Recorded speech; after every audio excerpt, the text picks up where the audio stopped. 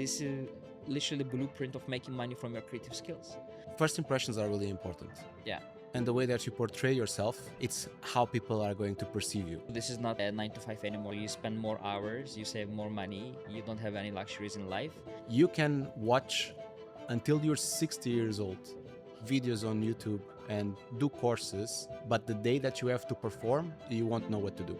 And our clients are telling us some horror story. It's really important to dress well, look well groomed, and smell nice. You have to lower the pressure in yourself and you have to break down in small pieces, or else you're not going to continue or you're not even going to start.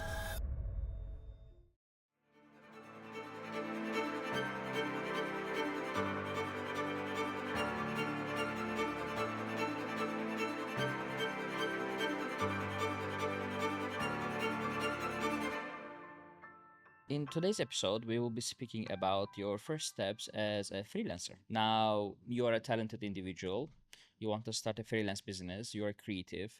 We will explain our process, started as photographers, videographers, but I'm sure you can apply all these tips and tricks to any creative business and start your work. What is the first thing they would need, you think? I believe that they should, first of all, do some research online. Or before even all that, you need to decide what it's going to be your primary skill. You have to decide which one you want and focus in one. Okay, that translates to me, don't be a generalist, decide your niche. Yes. It's the biggest favor you can do to yourself at the beginning of your career. Yes. So that doesn't mean that you cannot grow and learn more skills. Yeah. However, you need to understand that for you to be able to sell your services, you need to be at a certain level. Yeah. And for you to reach that certain level, you need to put in the work. Yeah. So choose which primary skill you want to develop, whether it's photography, videography. It doesn't matter which primary skill you choose, but just choose one that you're going to spend enough time. I don't want to use the word perfecting, but to develop it to a point where you can sell it. And then after you create that, you work on top of it and you develop into more if you feel that there is a necessity, because sometimes there's no need to expand into other skills, right? Maybe you want to be the best photographer and you focus as just being a photographer. I know that in your case, you started as a photographer and then you saw a gap in the market where people were requiring videography as well. So you went into videography and you understood that you could branch out to social media as well. And you learned to a certain good or high level of skill, all of these ones. But that's not necessary at the freelance stage. That's more needed when you reach an agency kind of mindset. For me, I was fortunate because I used to be an in-house marketing person. And when I use my skills in photography, videography, and serve my company, they would be happy about it because they save money. Instead of hiring photographers, they would ask me to stay 1 hour extra, do the deed. And I would be happy because that was my opportunity to repeat whatever I learned on YouTube one night before, right? So I could repeat. Okay, so decide your niche is the first thing. I think it's very important. Yeah. Even in our case, today we are an agency and 80% of our clients are hospitality, high-end restaurants and hotels. This is our niche. And even I wanted to branch out when I was freelancing to other industries. I see that it really requires lots of hours to perfect certain industries. Like if you're fashion photography, if you're portrait photographer, they are very different than what we do as hospitality and content creators. I say content creators in quote unquote because projects we deal with are very much attached to social media services. So they don't need picture perfect portraits of their team. They need something will go easy on social media, right? Even these two are different mindsets.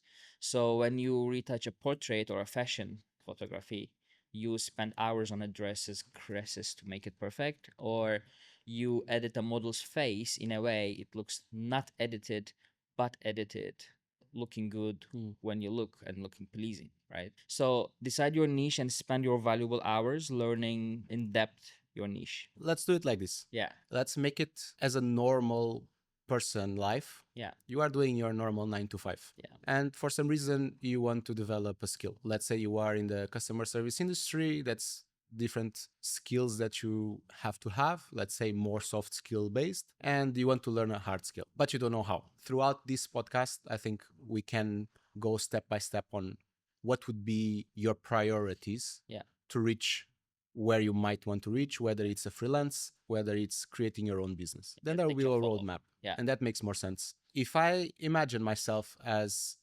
working in a company that it's not related with the creative agency, and I just wanted to learn videography, Okay. let's say, my first step would be, again, to start researching about videography. Yeah. Nowadays, you have so many information in YouTube, in all these platforms, courses in Udemy. You just have to grab onto something and start. Correct. So you're gonna have to put lots of hours in digital education, but that will only take you until a certain extent. Because imagine you want to be a doctor, you want to be a surgeon. Yeah. You can watch until you're 60 years old videos on YouTube and do courses, but the day that you have to perform, you won't know what to do because you don't have the practical side of things. So this is the same with every skill. You can learn until a certain point online, but you have to go out there and you have to develop your craft on your own. Yeah. So you need to spend physically countless hours doing it. Correct. So that would be my first step. I would take courses because, again, from what we mentioned before, we didn't come from a university degree in this specific field. Yeah. We just took the time to develop it on our own and reach the level where we are at the moment. The more you do, the more you practice, the better you become. It's simple as that. So you do that.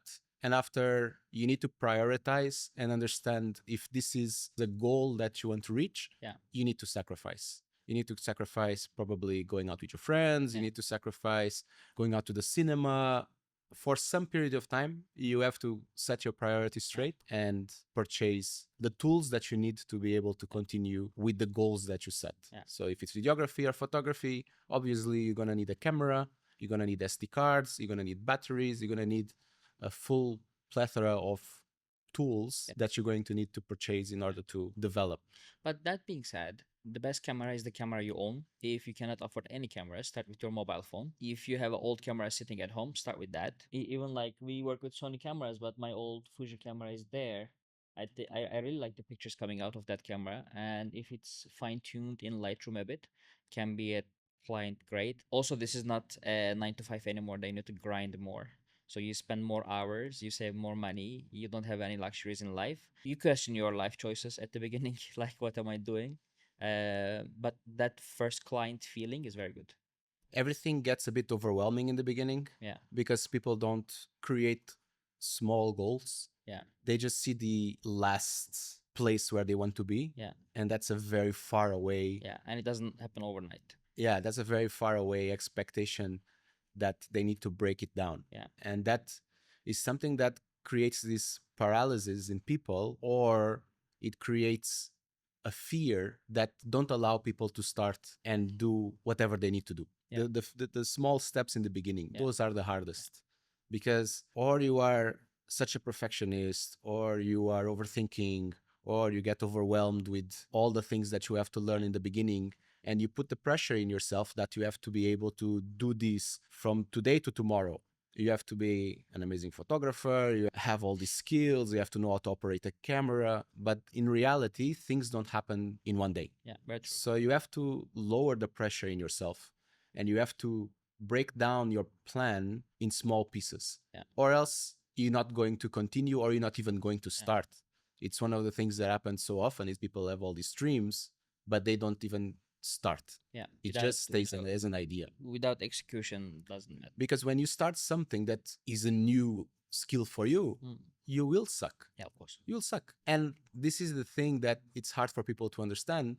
Sometimes it doesn't even need to be a passion. You don't need to be super passionate about something. There are lots of people, I bet that most of us around here, we don't have a passion defined. When I was 15, I had to choose which direction I was going in school. You are 15. You won't know these kind of things unless you are one of those lucky people that are born with a natural gift for something, and you manage to find it while you're young, and then that's a passion. But why is it a passion? It's a passion because you're already good at it. Yeah. And here, you don't have the luxury of pursuing your passion. You have to create your own passion. Yeah. And how do you do that? You start doing something that you persevere, you learn more and more to the day that you look at yourself and you say, oh, wow, I'm really good at this. And then you're going to find your passion. Yeah. This is where you want to wake up in the morning to continue pursuing what you are pursuing will appear in your life, but it's based on hard work, based on constant perseverance, that this is where you want to be and you can stop. You have to keep pushing. Okay, let's continue with the more structured manner. John Smith in Dubai, having a 9 to 5 job, wants to become a freelancer, start getting courses online, saving money to buy the first camera. We can have a full episode later on about gear talk, which cameras they can start and how much it costs and where they can buy in Dubai and easy methods. I can give you already now a tip and trick, which is what happened to me. You overthink, I need to buy all the No, you lenses in don't. the I need. You don't need. Yeah, Just buy a body, yeah, buy one lens, yeah, and go into the field. yeah, Only after you do that, you'll realize if you need more. correct. Because you will need more. I'm not saying that you won't. Yeah. I'm saying that in the beginning, you just Yeah. won't. Because as you learn more, you discover yourself along the way.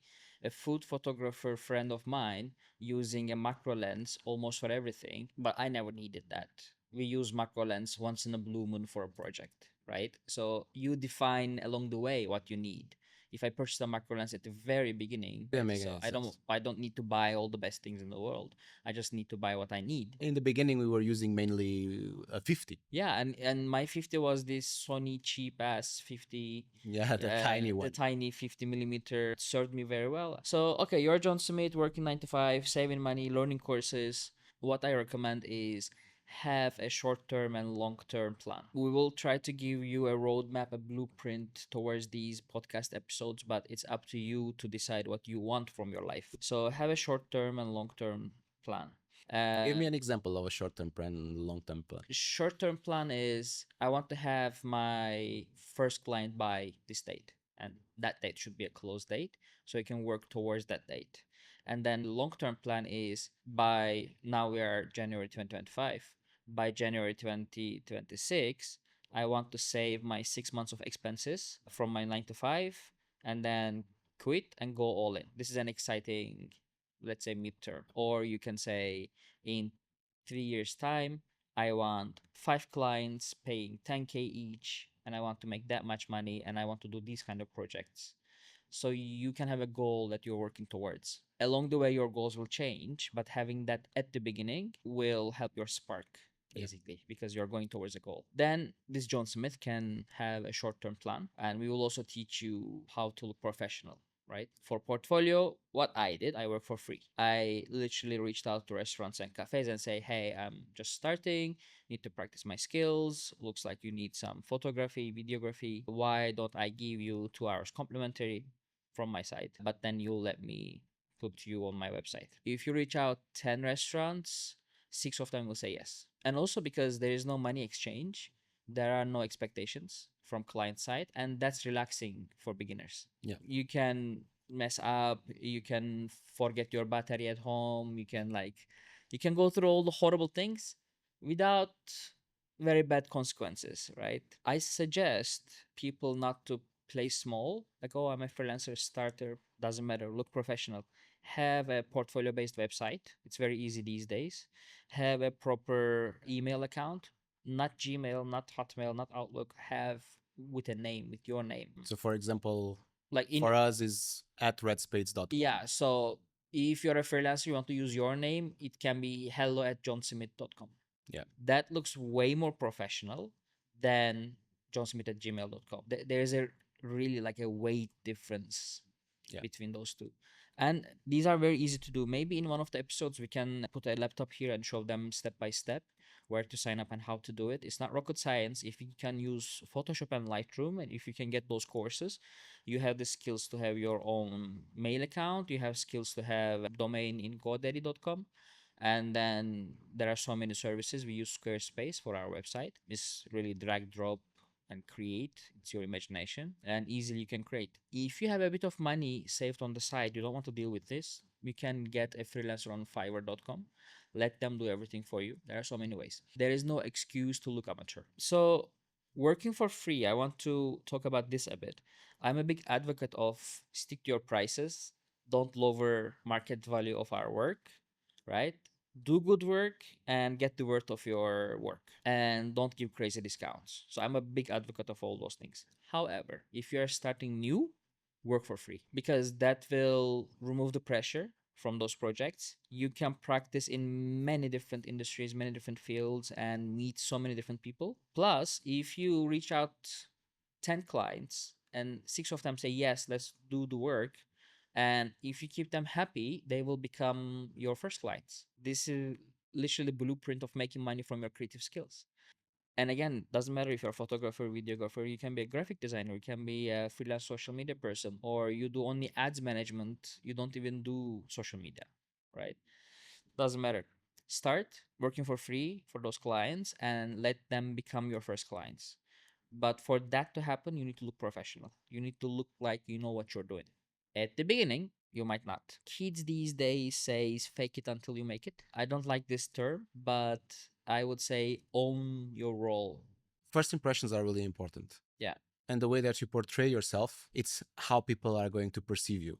Yeah. So there are some times in life where you are not 100% sure if capable to deliver, but your demeanor is going to say a lot. So if you are selling a service and you're just starting and you already established that it's going to be for free to create your portfolio, you already don't have the pressure of delivering a super polished product, and probably you won't because you're just starting. But that doesn't mean that you have to constantly be saying that, oh, this is my first job, I'm doing it for free, I don't know what I'm doing. Yeah. You shouldn't have this attitude. Yeah. Right?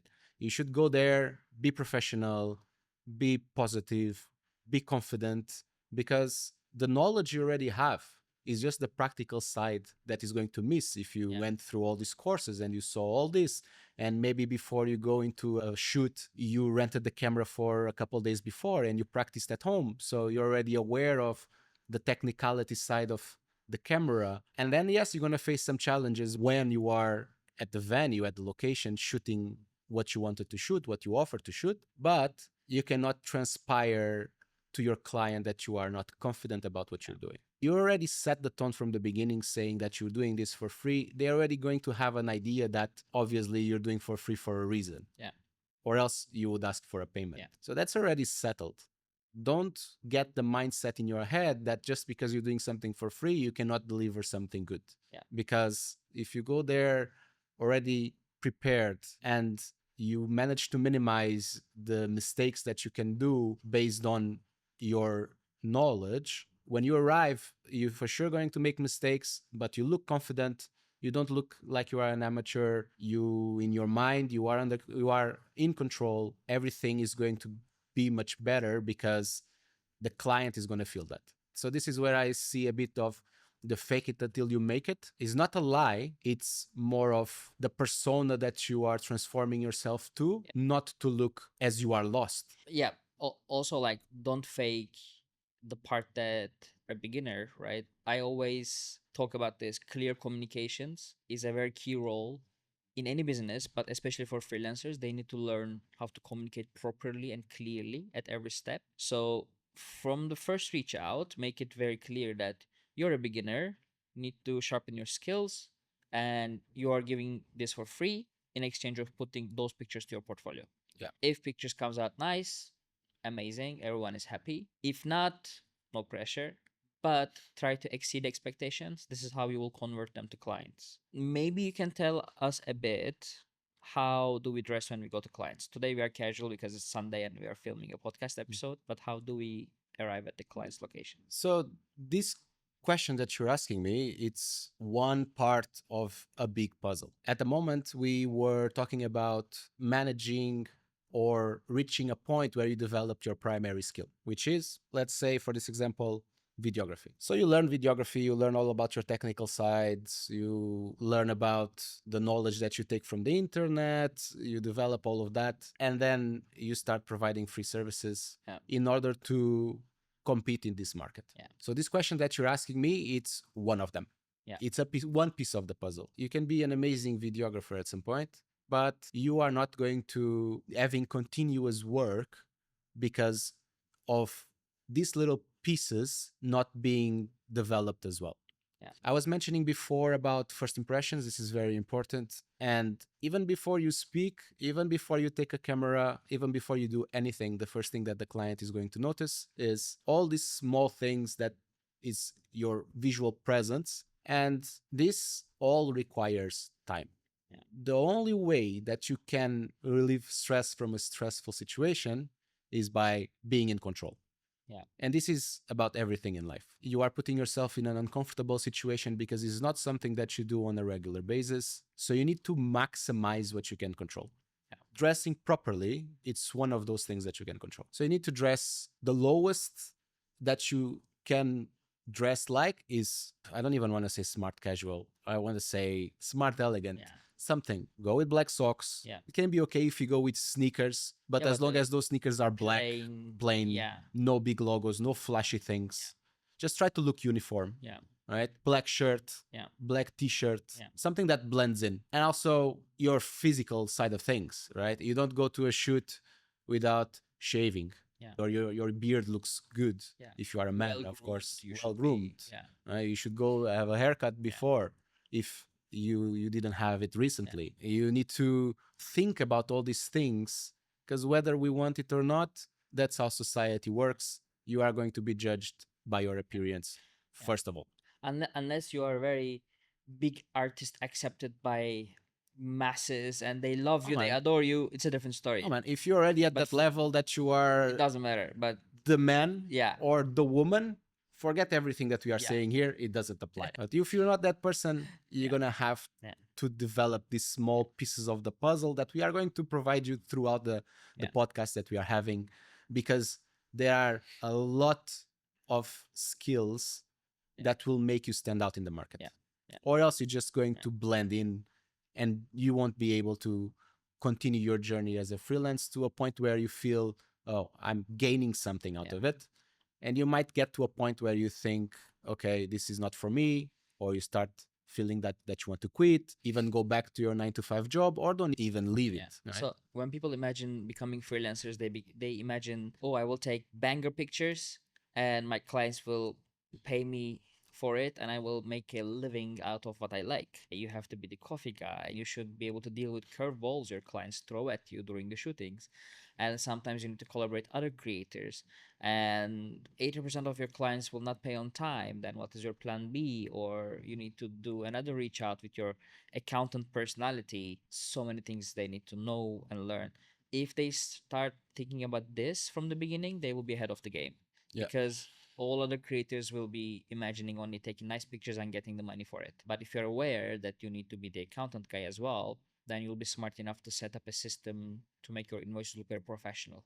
If you send the invoice created by Word document looking very unprofessional, they will treat it this way. But if you create an invoice looking very legal with your letterhead and everything, then they will treat it accordingly.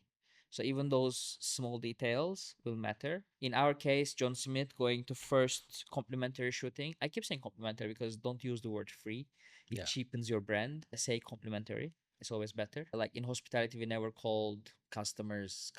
We call them guests. Oh, we didn't used to call them client. We used to call them customers. Yeah. So for each industry is different. And here in this industry, I don't recommend saying free or saying like giving discounts and things. Always show added value, right? Here it's complimentary. And if they want to shoot with you again and you give them a price, they want a lower price, tell them, look, how about this? I will give you additional images. So this added value is more valuable than free things, basically. So John Smith going to first shooting, and we recommend John Smith not to dress a tuxedo for a beach club shooting, or don't wear flip-flops for a high-end French restaurant shooting. Well, don't wear flip-flops anytime. Like never. Never. Also, we speak about smell, right? Put on a perfume, put on some deodorant. some of the people might wonder, like, why would they speak about this? Well, it comes with experience. We collaborate with other freelancer friends, and our clients are telling us some horror stories as well. It's really important to dress well, look well groomed, and smell nice. Yeah. I think this three simplifies everything, Yeah. right? Dress well doesn't mean you need to buy very expensive clothes. Your clothes should be clean, ironed, looking sharp. That's it. Straight to the point. Straight to the point. All right, that's that. See you next week.